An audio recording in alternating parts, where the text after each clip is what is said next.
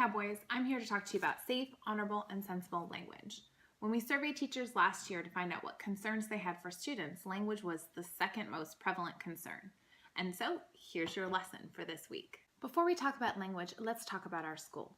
Our school is a very diverse place. We have students of different races, different ethnicities, different religion or no religion, different genders, different sexual orientations, and different socioeconomic statuses. The list goes on.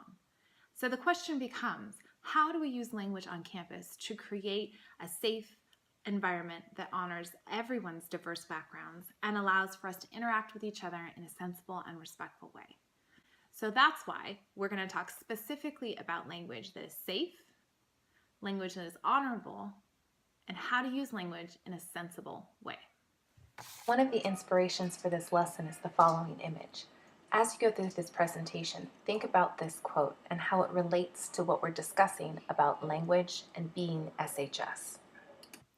One of the ways you can be SHS is by using safe language. Safe language is non-threatening and non-violent. It's resolving conflicts by not escalating, agreeing to disagree when you can, and when you can't, it's seeking out a mediator if you need help. Safe language is also non-harassing language. From our safety presentations, we know that harassment is inappropriate or sexual jokes, suggestive comments, sexual propositions or threats, and insults. The next type of language I'd like to talk about is honorable language. Honorable language is respectful language. It's using things like please and thank you, and it's also using the names people have asked for you to call them, and using honorifics for adults like Mr., Miss, Signor, Signora, Madame, Monsieur, those kinds of things. But honorable language is more than just that. Honorable language is also refraining from using language that is offensive or demeaning to entire groups of people. Some of the kinds of slang language that you might hear in music, televisions, and TV shows that don't create a welcoming learning environment for all students. Examples of language that is not honorable include the N-word, the R-word, the B-word, and phrases like, "that's so gay," and "don't be afraid."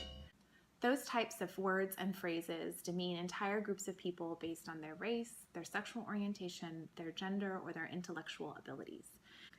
And that type of language on campus can create a hostile environment for people who feel attacked by that kind of language. Some people might use those slang terms and phrases with their friends or even at home.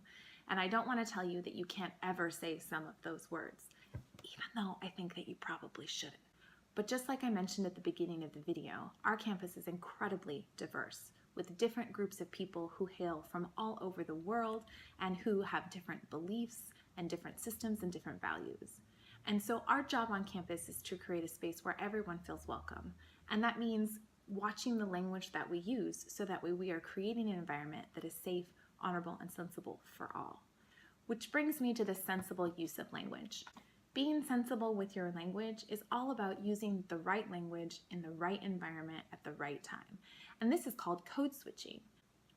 Code switching is when you change or alter the way that you speak based on the environment and your audience. Now, most students are already pretty good at code switching. You talk to your friends in one way, you talk to your family in a different way. You might talk one way in the classroom and a different way when you're out at the movies. So what we are asking Cowboys is you to be more aware of your environment and you to engage in code switching very purposefully.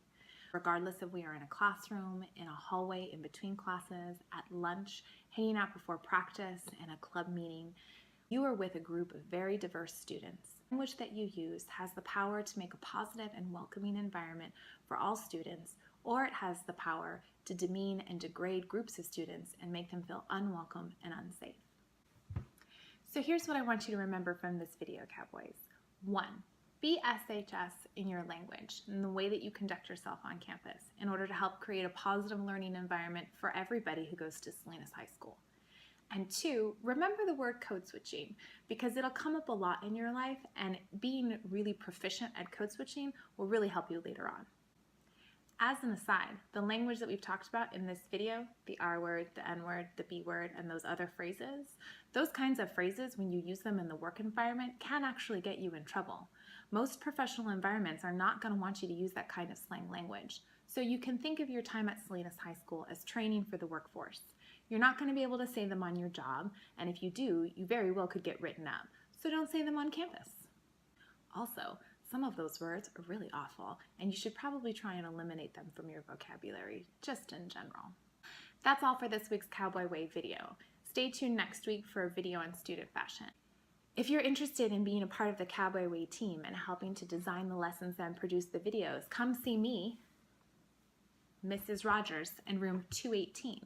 We're always on the lookout for student input on how to shape the Cowboy Way so that it works best for the students on campus. See you later, Cowboys.